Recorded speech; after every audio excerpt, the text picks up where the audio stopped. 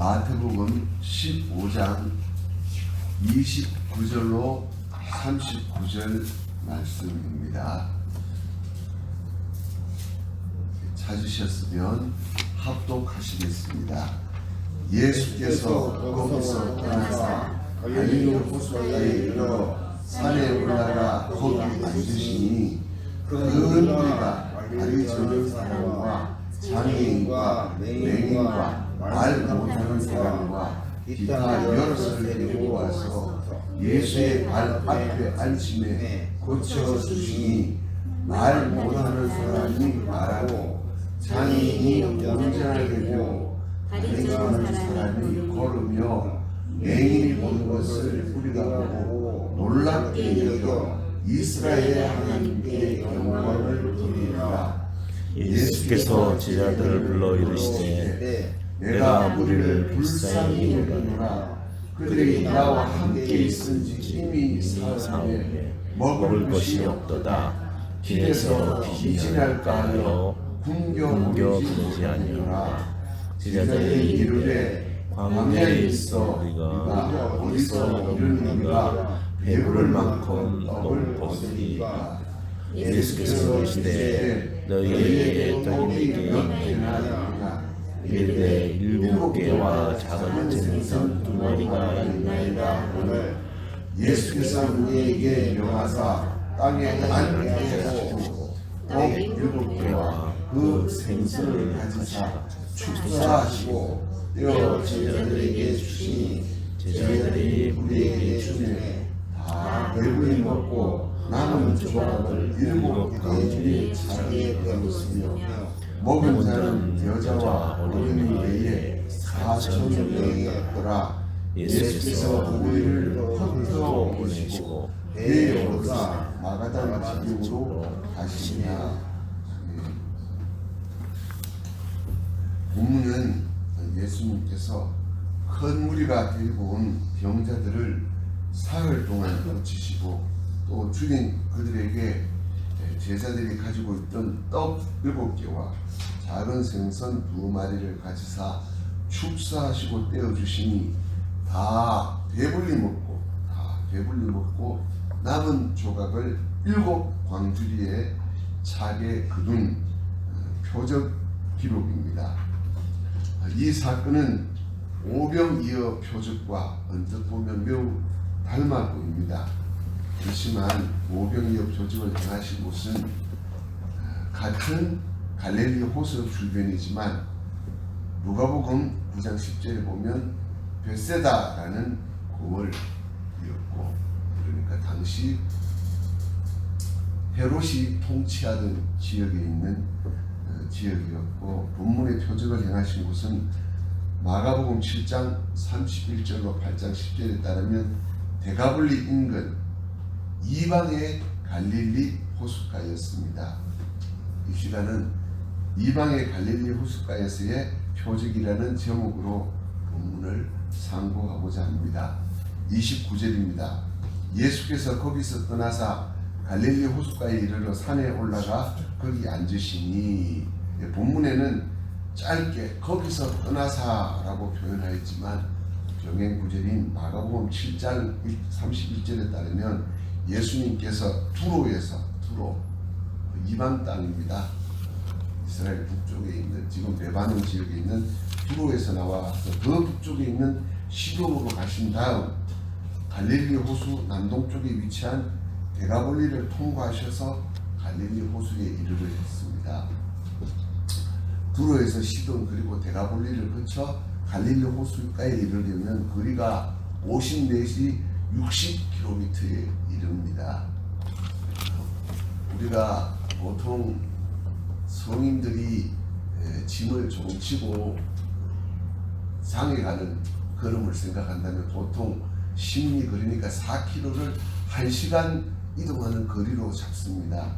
그러니까 유대 땅이 광야와 산지를 낀 지형을 감안한다면 거의 이틀 또는 하루 반 거리가 되는 거리를 이동하셨습니다. 그래서 벳세다에서 도로 시도를 거쳐서 다시 이곳에 오셔서 사흘을 보내셨으니까 예수님께서 안식 후 첫날 여행을 시작하셔서 이제 이곳에 사흘을 지나면 다음 안식일을 맞게 되니까 오늘 본문 마지막 39절에 예수께서 무리를 흩어 보내신 이유가 이제 안식일이기 때문에 더 이상 그 무리와 함께 할 수 없기 때문에 그렇게 하시지 않았나 이렇게 짐작을 할 수가 있습니다. 그리고 베세다 들녘하고 오늘 차이를 살펴보자면 베세다에서는 사람들이 먼저 와 있었지만 오늘은 예수님께서 먼저 산에 올라가 앉으시니 사람들이 찾아왔습니다. 차이를 이렇게 한번 살펴보는 것이 본문을 우리가 이해하는 데 좀 도움이 될 것 같습니다. 예수님께서 앉으신 것은 여행에 지치신 몸을 쉬시려는 것이 아니라 찾아오는 사람들을 은혜로 맞아주시고 그리고 그들의 모든 문제를 다 해결해 주시기까지는 떠나시지 않으시려는 결심을 몸으로 보여주신 것입니다. 30절로 31절입니다.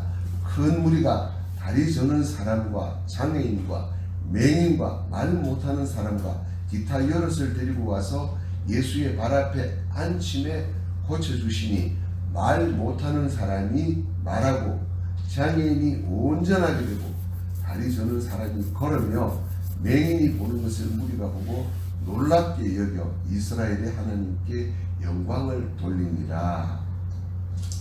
큰 무리가 여러 병자를 데리고 와서 예수님의 발 앞에 두었습니다. 예수님은 그들을 불쌍히 여겨 다 고쳐주셨고 큰 무리는 하나님께 영광을 이스라엘의 하나님께 영광을 돌렸습니다. 특별히 이스라엘의 하나님이라고 기록한 것은 그들이 유대인이 아니었고 이방인들이기 때문에 이스라엘의 하나님이라고 굳이 표현을 하였습니다. 여기 예수님의 발 앞에 안치메라는 말이 나오는데 여기 안치다라는 헬라어 단어는 사람이 무거운 짐이나 물건을 서둘러 내려놓는다는 의미를 지닌 단어입니다. 성경학자들은 이 본문을 가지고 그들이 여러 병자를 데려다가 예수님 발 앞에 내려놓듯 그들의 무거운 짐, 인생짐을 예수님 앞에 내려놓는 신앙 행위로 해석하기도 합니다. 그리고 이 행위가 한 번에 끝난 것이 아니라 예수님 앞에서 계속 반복해서 이렇게 진행되고 있기 때문에 헬라어 미완료 시제로 표현되었다고 이렇게 해석하시는 분도 있습니다. 그러니까 무수히 많은 병자와 장애인들이 이곳저곳으로부터 몰려와서 예수님 앞에 앉아서 주님의 만져주심과 고쳐주심을 간절히 기대하는 장면이 표현된 것입니다. 여러 가지 우리가 의미를 생각해 볼 수 있겠지만 본문이 좀 길기 때문에 간단히 살펴보고 진행하면 특별히 말 못하는 사람이 말하고 장애인이 온전하게 되고 다리 저는 사람이 걸으며 맹인이 보는 것으로 구체적으로 하나하나 언급한 것은 이사야 35장 5절로 6절 이사야 35장 5절로 6절 그때에 맹인의 눈이 밝을 것이며 못 듣는 사람의 귀가 열릴 것이며 그때에 저는 자는 사슴같이 뛸 것이며 말 못하는 자의 혀는 노래하리니 이는 광야에서 물이 솟겠고 사막에서 시내가 흐를 것이니라 하신 이사야 선지자의 예언이 그대로 이루어지고 있다는 사실을 강조하기 위해서 이렇게 표현한 것 같습니다. 그리고 이방인의 땅 갈릴리 이사야 9장 1절 2절의 예언이 이렇게 되어 있습니다. 이방의 땅 갈릴리에 흑암에 앉은 백성들이 큰 빛이 볼 것이다 라고 하는 그 예언이 말씀대로 그대로 이루어지고 있음을 우리에게 보여주고 있는 것입니다. 그런데 이번 이 예수님의 표적 사건을 기록함에 있어서 마가는 특별히 한 사람에 대한 치유 기사를 자세히 기록하였습니다. 마가복음 7장 32절로 35절, 마가복음 7장 32절로 35절에는 이렇게 되어 있습니다. 사람들이 귀먹고 말 더듬는 자를 데리고 예수께 나와 안수하여 주시기를 간구하거늘 예수께서 그 사람을 따로 데리고 무리를 떠나사 손가락을 그의 양귀에 넣고 침을 뱉어 그의 혀에 손을 대시며, 이 말을 우리가 자세히 볼 필요가 있는 것이 지금 두 손을 양쪽 귀에 넣었습니다. 그러면 그 혀를 만질 손이 없지 않습니까? 그러니까 귀에다 넣고 나서 다시 손으로 한쪽 손에는 침을 뱉으시고 또 한 손으로 그 사람의 혀를 일부러 끄집어내서 그 손에 대었다는 그 상당히 좀 이게 구체적인 행동들을 이렇게 표현한 것 같습니다. 그리고 하늘을 우러러 탄식하시며 그에게 이르시되 에바다 하시니 이는 열리라는 뜻이다. 그의 귀가 열리고 혀가 맺힌 것이 곧 풀려 말이 분명하여졌더라. 이렇게 아주 자세하게 기록하였습니다. 왜 이 사람에게는 이런 치유가 필요했겠습니까? 그리고 우리가 또 이렇게 살펴봐야 할 것은 베세다 들녘에서는 단지 한나절이었습니다. 한나절 동안 아침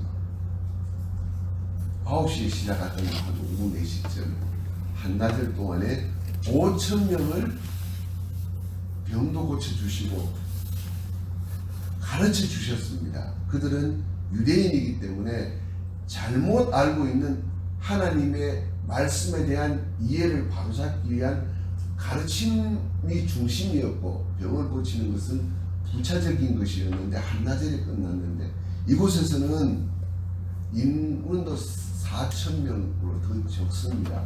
더 적은데 무려 사흘 동안 계셨고 말씀을 가르치셨다는 기록은 찾아볼 수 없고 병자들을 고치는데 사흘이 소요되었습니다. 어떻게 보면 침을 뱉는다 하는 말이 우리가 보기에는 굉장히 불결하고 경멸하는 듯한 느낌으로 다가올 수도 있지만, 그리고 이곳에 오시기 전에 가난한 여자에게 자녀에게 줄 떡을 떼어서 개에게 주는 것이 마땅하지 않다 하듯이 어떻게 보면 조금 천대하는 듯한 표현이 사용된 것 같지만, 사실 우리가 본문을 자세히 살펴보면 예수님께서 그들을 얼마나 구체적으로 이렇게 사랑하셨는가 하는 것을 우리가 발견하게 됩니다. 가난한 여자 한 여자를 위해서 무려 거의 사흘 내지 나흘의 여행을 하신 것입니다. 그리고 이곳에 있는 유대인이 아닌 이방인들을 위해서 사흘 동안, 그리고 예수님의 능력이면 말씀 한마디로도 고치실 수가 있고, 그리고 게네사렛 호숫가에서는 모여온 무리들이 단지 예수님의 옷가에 손만이라도 대게 해 주기를 간구했고 예수님께서 그냥 그렇게 허락하셨는데 옷가에 손을 댄 병자마다 모두 고침을 받았다고 기록했습니다. 그러나 예수님께서 이곳에 오셔서는 그 무리들을 비록 이 한 사람만이 아니라 모든 무리들을 하나하나 이렇게 자세하게 치료하셨음을, 예수님의 손길을 그들에게 하나하나 구체적으로 치유 사역을 하셨음을 우리가 짐작하실 수 있습니다. 그 차이가 무엇이겠습니까? 우리가 이번 사경회 때 마지막 시간에 야곱에 대해서 하나님께서 얼마나 사랑을 많이 베푸셨는지를 우리가 배웠습니다. 에서와 야곱의 차이가 무엇이겠습니까? 성격도 에서가 훨씬 낫습니다. 근데 사기꾼 같고, 그리고 만족할 줄 모르는 야곱을 하나님께서는 더 사랑하셨습니다. 예수님께서 베세다 전역에서 있었던 일들을 보면 무섭게 바리새인과 서기관들을 질책하셨지만 이곳에 오셔서는 그 이방인들에게 한마디 말씀도 하지 않으시고 그 병들을 일일이 다 고쳐주셨습니다. 그리고 우리가 나머지 구절을 보면 베세다 전역에서는 무리 중에 한 사람이 가지고 있던 도시락, 보리떡 5개와 물고기 2마리를 사용하셨지만 이곳에서는 그곳에서 아마 12바구니 남았던 그 떡 중에 제자들이 여행을 하는 동안 사용하고 남았던 마지막 떡 7개와 물고기 2마리가 아니었을까 짐작할 수 있는 제자들이 가지고 있던 양식을 가지고 그 무리들을 먹이셨습니다. 이 차이가 무엇이겠습니까? 오늘은 이 본문이 여러 가지 우리에게 가르쳐 주는 게 있겠지만 그 차이를 한번 살펴보고자 합니다. 32절입니다. 예수께서 제자들을 불러 이르시되 내가 무리를 불쌍히 여기노라. 그들이 나와 함께 있은지 이미 사흘이매 먹을 것이 없도다. 길에서 기진할까 하여 굶겨 보내지 못하겠노라. 예수께서 그들이 나와 함께 있은지 이미 사흘이매 라고 하셨는데 이처럼 그 병자들 하나하나에게 주님의 손길이 구체적으로 가다 보니까 먹고 자고 사흘의 세월이 흘렀던 것입니다. 그들이 사람들이 병자들을 데리고 예수님에게 나왔습니다. 그들이 아는 것은 하나님의 아들이라든지 아니면 메시아라든지 이런 인식은 없고 단지 소문에 듣기를 예수님이라는 사람들이 병자들을 고치더라 하는 얘기만 알고 있는 사람들입니다. 이들이 예수님을 만나기 위해서 여러 사람이 병자들을 데리고 왔을 것입니다. 그러면 먹을 것을 가지고 왔을 텐데 예수님의 능력을 의지하고 오다 보니 먹을 것을 넉넉하게 준비하지 못하여서 아마 사흘이라는 시간이 흘렀던 것 같습니다. 근데 예수님께서 그들을 불쌍히 여기셨다 했는데 여기서 불쌍히 여기다라는 뜻으로 사용된 헬라어는 원어가 내장 또는 심장을 가리킬 수 있는 단어에서 파생된 말인데 이것은 예수님의 깊숙한 곳에서 표출된 그 사랑과 긍휼을 나타내기 위해서 이 단어가 사용된 것 같습니다. 예수님께서는 하나님께서는 이 세상을 사랑하사 독생자를 보내셨습니다. 유대인을 사랑하사 율법을 지키려고 노력을 하고 제사 제도를 지켜내기 위해서 목숨을 거는 유대인들을 위해서 예수님을 보내신 것이 아니라 이 세상 하나님을 알지도 못하고 이 우상을 섬기는 이 세상을 사랑하시기 때문에 예수님을 보내어 주셨습니다. 유대인은 언약의 민족입니다. 그들에게는 언약의 표식인 할례가 주어졌고 그리고 언약의 실체이신 그리스도 예수님의 그림자로서 율법과 제사의식이 주어졌습니다. 그리고 그 선지자 그들이 예수님께서 떡과 물고기 2마리로 그들을 먹였을 때 그들은 말하기를 그 선지자라고 알아보았습니다. 그 선지자가 약속되었고 그들이 또 메시아를 기다리고 있었습니다. 이것은 그들에게 너무도 큰 특권이었습니다. 이방인은 언약도 할례도 율법도 제사의식도 메시아를 기다림도 없는 그야말로 귀먹고 말 듣없는 신세인 것입니다. 하나님의 율법을 왜곡하고 고르반이라고 하여 하나님께서 주신 부모와 형제와 이웃을 자기보다 못하게 여기는 바리새인과 서기관들은 책망의 채찍이 반드시 필요합니다. 그러나 이들에게는 책망이 아닌 위로와 격려만이 필요한 것입니다. 예수님께서 하늘을 우러러 에바다 열려라 하실 수밖에 없는 것입니다. 우리가 탕자의 비유를 알고 있습니다.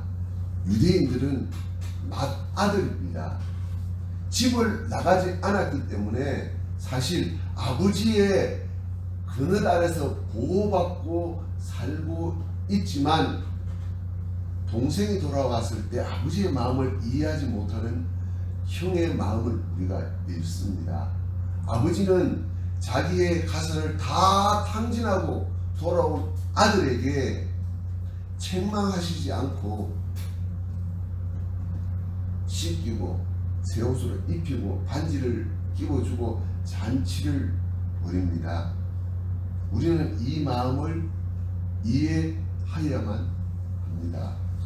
우리가 하나님을 믿어 하나님의 자녀된 것이 우리에게 무엇 갖춰진 것이 있기 때문입니까? 아니지 않습니까? 우리가 하나님을 알고 그리스도 예수님의 은혜를 아는 것조차도 믿음조차도 사실은 하나님께서 우리에게 거저 주신 선물이고 알지 못하는 사람들에 비해서 우리는 특혜를 입은 것입니다. 고르반 사상을 우리가 주의하고 경계해야 합니다. 고르반이 무엇입니까? 하나님께 바쳐졌기 때문에 이것은 반드시 드려야 한다는 것을 빌미로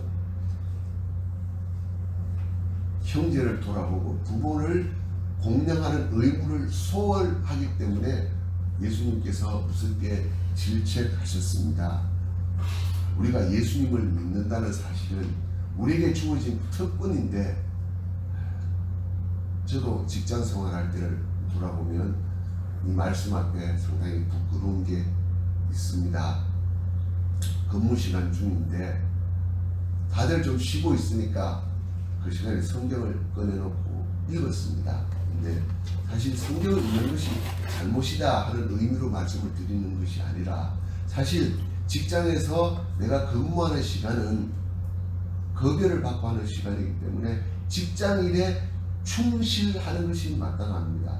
내가 주일학교 봉사를 한다고 해서 그냥 남들 다 A4용지 그냥 아무렇게나 쓰니까 그냥 복사해다가 학생들 가르친다고 그냥 요즘도 복사해오고 이런 적이 있었습니다. 근데 가만히 생각하니까 그것이 참 좀 엄격하게 따지면 그것은 도둑질이거든요. 만약에 필요하다면 A4용지 좀 사다 놓고 별도로 그것을 사용했다면 좀 그나마 나은데 아무런 양심의 거리낌 없이 사실은 사용했습니다.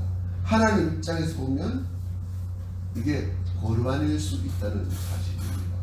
또 하나 더 우리가 생각해 볼 것은 하나님을 이해하지 못하는 자녀들이 있습니다. 믿음을 가지지 못한 자녀들이 있는데, 혹시라도 그런 남편이 있는데 내가 새벽기도 가고 주일 성수하고 교회 섬긴다고 그 자녀들을 불편하게 한다면, 내가 새벽기도 가고 주일 섬기려면 피곤하니까 혹시라도 불신 남편이 출근하는데 조금 소홀한다면 어쩌면 그것이 고르반일 수 있다는 생각을 이 시간 해봅니다. 내가 예수님 믿기 때문에 주일날 교회 옵니다. 주변에 불법 주차해서 혹시라도 이웃을 불편하게 했다면 이것이 복음을 가릴 수 있는, 주님으로부터 책망받을 수 있는 일이 될 수도 있다는 사실을 우리는 기억해야 되겠습니다. 예수님께서 그들을 더 살펴보셨습니다. 그렇다면 나는 하늘의 복을 받았으니 이 땅에서는 조금 다른 사람보다 못 살아도 된다는, 당연하다는 생각을 해야 됩니다. 우리가 다니엘의 세 친구가 사자의 불에 던져졌어도 그들이 사자가 손대지 못했다는 사실을 알지만, 그것은 알지만